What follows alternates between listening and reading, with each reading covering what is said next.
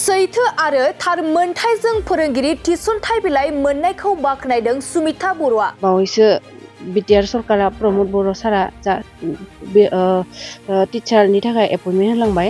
बेयाव आङो मोननो हादों एलपि एसिस्टेन्ट टिचार हिसाबै। बेयाव मोननानै जोबोर माने गोसो गोरबोनिफ्राय बिटिआर सरकारनिसिम साबायखर होदो प्रमद बर' सारनिसिम। प्रमद बर'नि दैदेननाय बिटिआर सरकारखौ साबायखर बावहोदों टेट आनजादाव उथ्रिसारनानै लोगो फोरोंगिरि महरै थिसनजानाय सुमिता बर'आ। जाहाथे बिथाङा जोंनो लिगेलि एज ए क्वालिफाइड आरो प्लास मार्क बायदिसिनाफोरखौ नायनानै लिगेलि जोंखौ जा थिसनथाइ होदो बेनि थाखाय जों जोबोर साबायखर बावो।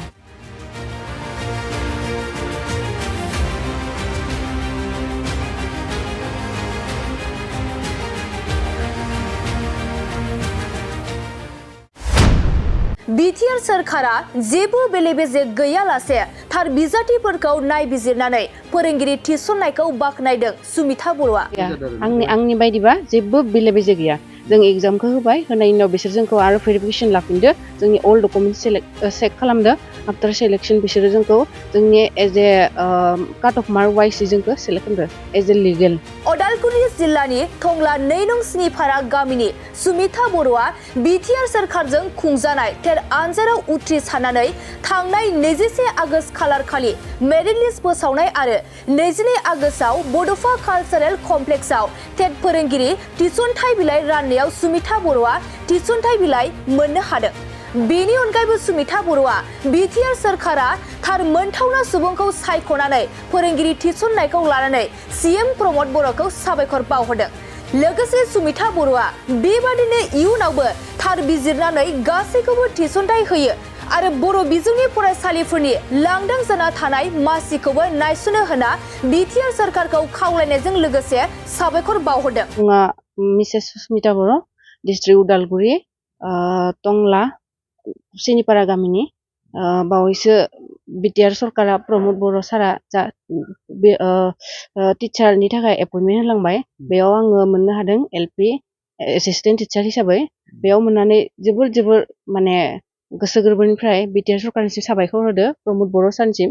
जाहाथे बिथाङा जोंनो लिगेलि एज ए क्वालिफाइड आरो प्लास मार्क बायदिसिनाफोरखौ नायनानै लिगेलि जोंखौ जा थिसनथाइ होदो बेनि थाखाय जों जोबोर साबायखर बावो। आंनि बायदिबा जेबो बेले-बेजे गैया। जों एग्जामखौ होबाय, होनायनि उनाव बिसोर जोंखौ आरो भेरिफिकेसन लाफिनदो, जोंनि अल डकुमेन्ट चेक खालामदो। आफ्टार सिलेक्शन बिसोरो जोंखौ जोंनि as a cut of mark wise जोंखौ सेलेक्ट खालामदो एज ए लिगेल। बाख्नायोब्ला जों सरकारखौ जोबोर साबायखर बावगोन। जाहाथे बेबायदिनो आरो इन फिउचारबो बिथाङा बेबायदिनो लिगेलि गासैखौबो जाहाथे थिसनथाइ होयो आरो प्लास आरो बर' मिडियाम स्कुलफोराव आरो जा भेकेन्ट दङ बेफोरखौ आरो लोगोसे नायसननानै बिथांमोना आरो निउलि जाहाथे भेकेन्ट होबावो आरो जा क्वालिफाइड जाना थानाय बिथांमोनखौबो आरो थिसनथाइ होफिनो। एक्सुवेलि एग्जामा जादोंमोन 1 year सिगाङावनो जादोंमोन, बहुत गोबाव जादोंमोन नालाय, ओंखायनो एसे डाउटबो दंमोन माला थिसनथाइ होगोन माला माबागोन। माने बेखौ जा गोबावनिफ्राय जों गासैबो टेट क्वालिफाइड स्टुडेन्टफोरा नेनानै दङमोन। बेखौ आफ्टार 1 yearनि उनाव जे बिथाङा लिगेलि थिसनथाइ होदो बेनि थाखाय जोङो माने बिथांखौ जोबोर गोसो गोरबोनिफ्राय साबायखर होना फोथायनायजों एक्सेप्ट खालामदों माने थिसनथाइ। मोनसे फोसावथाय नोंथांमोननि थाखाय मोनसे गोजोनथाव खौरां लानानै फैदों। चिरां जिल्लानि सिङाव थानाय काजलगावनि सिफुं हटेलखौ गुवाहाटी नोगोरनि साखाथियाव थानाय सानसारियाव गोदानै मोनसे सिफुं हटेल ब्रान्च खुलिनाया नोंथांमोननि थाखाय गोजोनथाव खौरां लानानै फैदों। नोंथाङाबो जुदि गुवाहाटीयाव थायोब्ला एबा गुवाहाटी नोगोराव दावबायहैनाय समाव बर'नि दोरोङारि ओंख्रिखौ जानो लुबैयोब्ला गुवाहाटी नोगोरनि साखाथियाव थानाय सानसारियाव गोदानै बेखेवनाय सिफुं हटेलाव थांनानै जाहैनो हागोन। बे सिफुं हटेलाव नोंथाङा बाङाय बेसेनावनो बर'नि गोबां गुबुन दोरोङारि जाग्रा ओंख्रिफोरखौ मोननो हागोन। अनला दाउ, सबाय दाउ, अमाजों नारजि, मैथा अमा, ना बाथोन, थारुन ना, थारुन अमा आरो गोबां बायदि बर'नि ओंख्रिखौ बे बर'नि सिफुं हटेलाव मोननाय जायो।